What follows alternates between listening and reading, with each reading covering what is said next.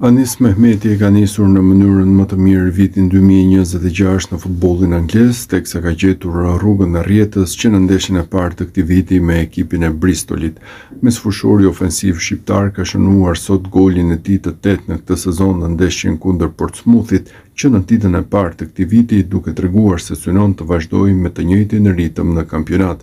Në minutën e 24 të ndeshjes, ai goditi nga jashtë zonës duke gjetur rrjetën dhe duke fishuar shifrat.